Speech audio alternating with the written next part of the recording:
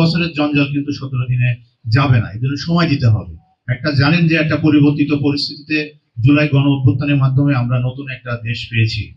আমাদের সাবেক পতিত সরকার ফ্যাসিস্ট সরকারের সাথে আমাদের কিছু বিপদগামী উচ্চাভিলাষী অফিসারের কারণে আমাদের কিন্তু অনেক শত শত পুলিশ সদস্য কিন্তু আহত নিহত কিন্তু হয়েছে।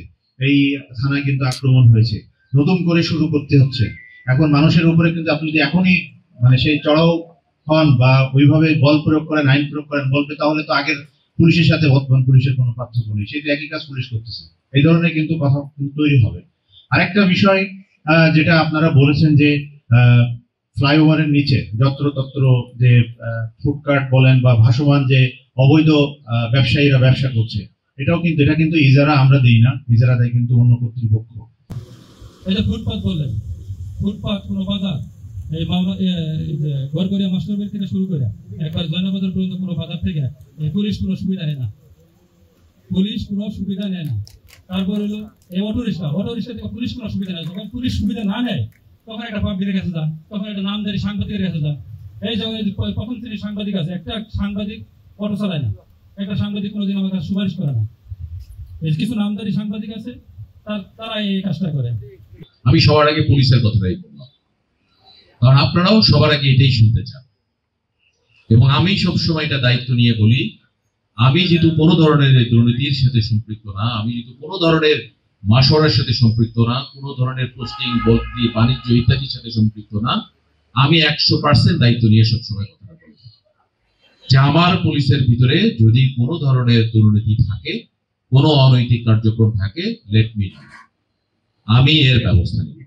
মন্ত্রী এর সাথে জড়িত ছিল পতিত সরকারে, ওনারা এগুলো আমদানি করছেন। এই গত 10 মাসে কিন্তু এগুলো ওরকম কোনো আমদানি হয় নাই, আমরা যতটুকু জানি। এগুলো আগেরই জঞ্জাল, এই জঞ্জাল গুলা সৃষ্টি করে গেছে 17 বছর আগে থেকে। তো এটা আস্তে আস্তে সমাধান করা হবে, সেই চেষ্টা করা হচ্ছে। স্যার খুবই সুশিক্ষিত একজন আমাদের পুলিশের আইকনিক অফিসার। স্যার বাইরেও পড়াশোনা করে আসছেন, ডক্টরেট ডিগ্রি করে আসছেন স্যার জার্মানি থেকে। স্যারের সেই মেধা দিয়ে আমরা যারা প্রথম শ্রেণীর সাংবাদিক, প্রথম আলো থেকে শুরু করি, ইত্তেফাক থেকে শুরু করি, আমি বণিক বার্তায় কাজ করি, কালের কণ্ঠ, সমকাল, যত পত্রিকা আছে বাংলাদেশে ভালো পত্রিকা, একজন সাংবাদিক ওই অটোর ব্যবসার সাথে জড়িত না।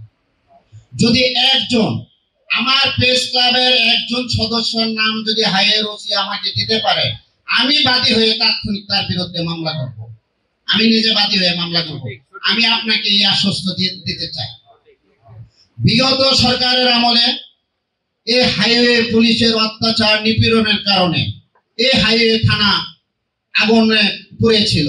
কারণ এক শ্রেণী অটো চলতো টাকা পয়সা দিয়া, কিছু নাম কাগজকে সাংবাদিক যারা 2000 টাকা, 1500 টাকা, 1000 টাকা দিয়ে কার্ড কিনে সাংবাদিক হয়ে পরিচয় দেয়।